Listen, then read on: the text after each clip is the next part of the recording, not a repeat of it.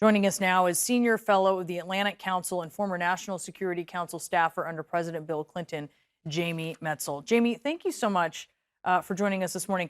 To put this into context, I mean, talking about this pipeline, which is something that would hurt Putin so much, it's sort of as if I was trying to say, well, John Berman will lend you his car.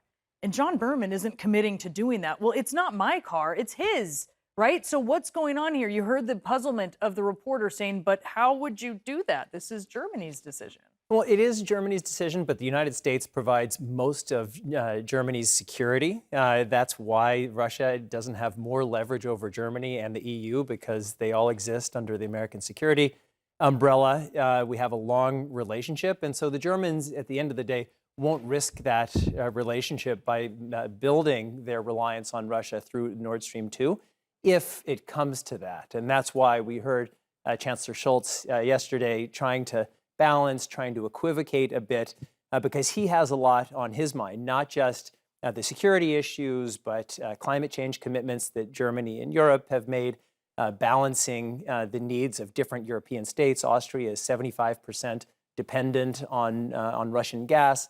So there are a lot of things that are happening. He's trying to maintain wiggle room, but that wiggle room is shrinking. So one of the things that happened just a few hours ago is the Russians made clear, Putin said it yesterday and the Prime Minister Peskov said it overnight, was that they claim Russian troops will leave Belarus after their joint exercises are done. I don't know how significant that is, because the joint exercises could go on for 1, 2, 3, 4 years. But my question, Jamie, is if Putin did want a way out of this, if he did want to de-escalate, what would that look like? What would the actual signs be? Because I don't think he would just stand there and say, I'm leaving, we're done. Well, he doesn't have to. And that's why what Putin is trying to do is push this crisis forward on his terms.